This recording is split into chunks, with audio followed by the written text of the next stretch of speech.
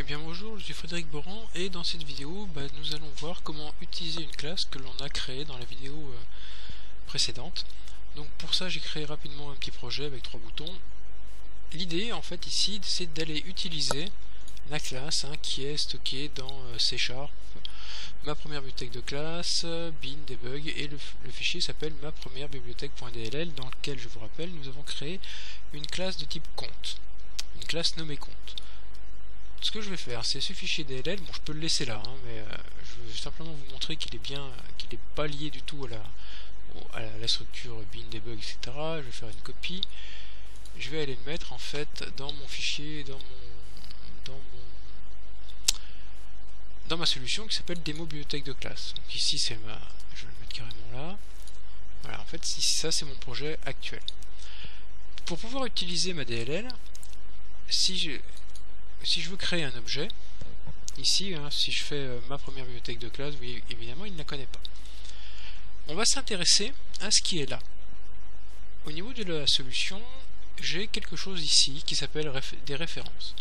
Si vous faites un clic droit dessus et que vous demandez d'ajouter une nouvelle référence, il vous montre, ça non, ça n'a rien à faire là, voilà. Il vous montre en fait là toutes les références que lui connaît. Donc ça c'est les références .NET classiques. Il y a des références de la solution, des références comme, donc ça c'est l'ancienne technologie, j'en ai un petit peu parlé. Dans parcourir en fait c'est des références personnelles. Donc on va aller faire ça, on va dire qu'on va aller chercher nos références. Ma référence elle est dans C#, donc je l'ai mise à l'instant dans mon répertoire et ça s'appelle ma première bibliothèque de classe.dll. Je vais l'ajouter, voilà, et lui il me l'ajoute, pas de souci. Qu'est-ce que ça change? Et bien tout simplement ici maintenant, si je tape je vois quelque chose, un namespace, ma première bibliothèque. D'accord? C'est-à-dire que maintenant je vais pouvoir utiliser l'espace que j'ai créé comme ce que vous avez ici, comme ce que vous avez là, using system, system drawing, etc. Ce que je vous conseille, c'est déjà de vérifier comme je viens de le faire que ça marche, mais c'est plutôt de passer par un using.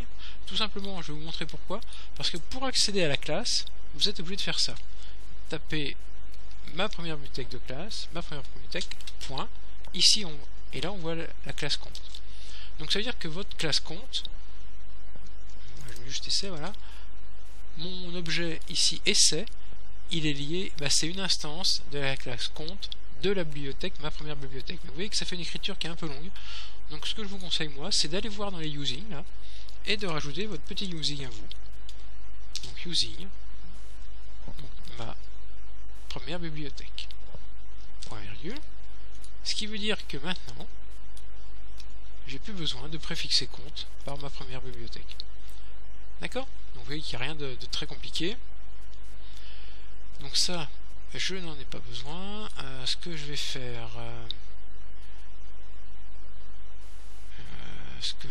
donc ça, j'en ai pas besoin. Si. Je vais créer une instance. Je vais créer une. Alors, je suis inquiet parce que là, il me met un truc.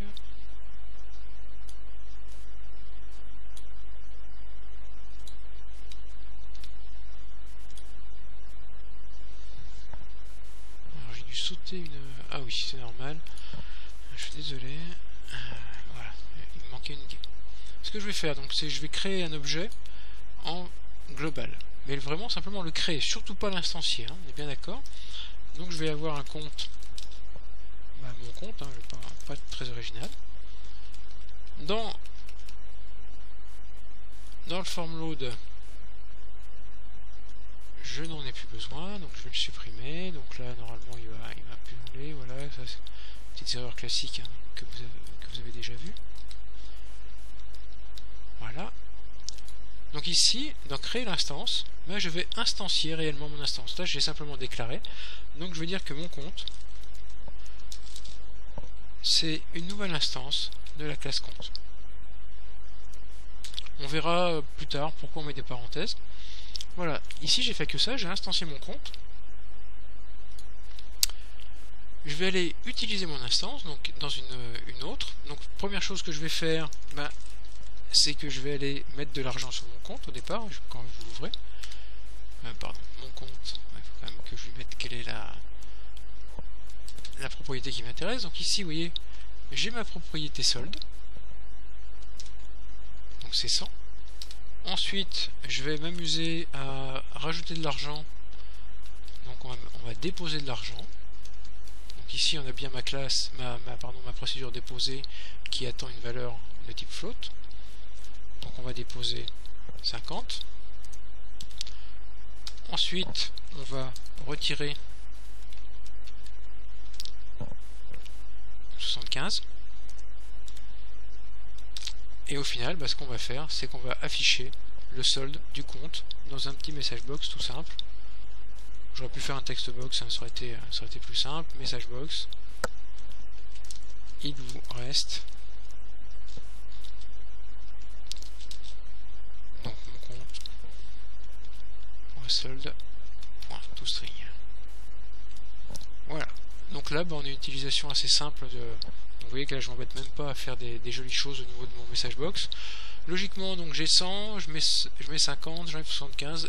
Si tout va bien, au moment du clic sur utilisation, j'aurai 75. On va voir ça. Toujours un petit peu d'angoisse. A priori, ça se passe pas mal. Donc là, je vais créer mon instance. Donc j'ai fait ça. Ensuite, j'utilise mon instance. Et là, il me dit bien qu'il me reste 75.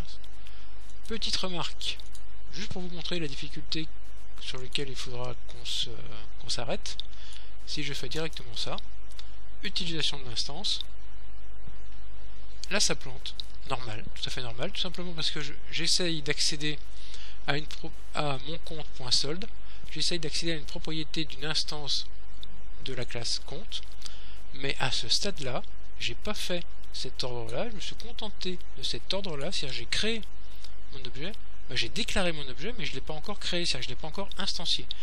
Donc cette phrase-là, la référence d'objet n'est pas définie à une instance d'un objet, c'est une phrase que vous pouvez graver au-dessus de votre bureau, au-dessus de votre ordinateur, parce que ça, vous allez la voir plein de fois, surtout en début d'apprentissage, c'est simplement qu'il vous manque un new.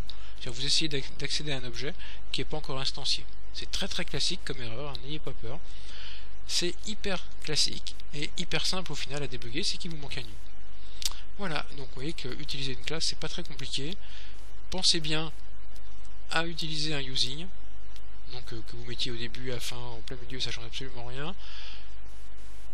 Première chose à faire, on met la référence, après on met le using pour éviter d'avoir des noms de classes à rallonge, et après on peut déclarer et travailler avec la classe qu'on a dans la bibliothèque, là où les classes de la bibliothèque sans aucun problème.